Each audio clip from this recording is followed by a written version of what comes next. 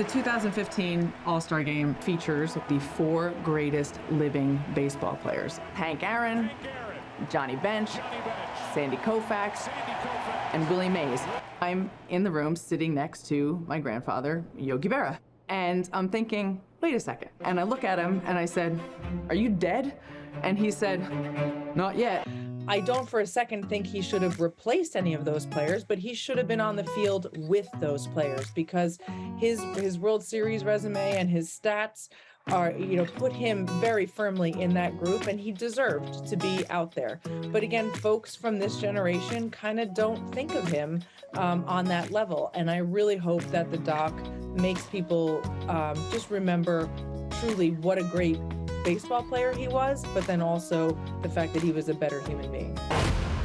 One of the greatest World Series resumes of any player ever. Hey, he got it done. He was a winner because he had all the rings to prove it. He's a figure that was larger than life.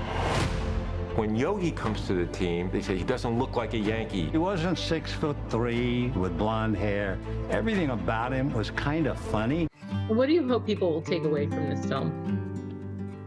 Oh, goodness. I mean, I think people will take away that, sometimes good guys finish first, and there's nothing wrong with that. And I think it's a real uplifting film, it's a real true, without being too simplistic, it's a true American story. The son of Italian immigrants, he went off and, he had a Yankee contract in hand, but he went off and raised his right hand and decided to go off to World War II and served time in the Navy and actually was part of the D-Day invasion, and then came back and then met Carm and had a wonderful, romance there while breaking into the Yankees. There's nobody who's had that kind of lasting impact on the game in a way, especially as a catcher. The Yogi-isms. Let's talk about the Yogi-isms. He says nobody goes to that restaurant anymore. It's too crowded. When you get to a fork in the road, take it. What?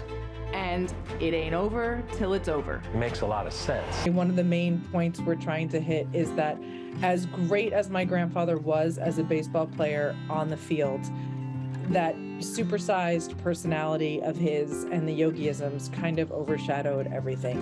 What I think is just so incredible is that there's so many records that he set, most notably World Series records, and then the crazy physical things like 148 game errorless streak and catching both ends of doubleheaders 117 times in his career. Like, no catcher today would go out and catch 18 innings even once. And that I just think is amazing. Like, given how far the game has come and the advancements in strength and conditioning and whatnot, you don't see guys catching as many games or for the number of innings that Grandpa caught. It would be unheard of today.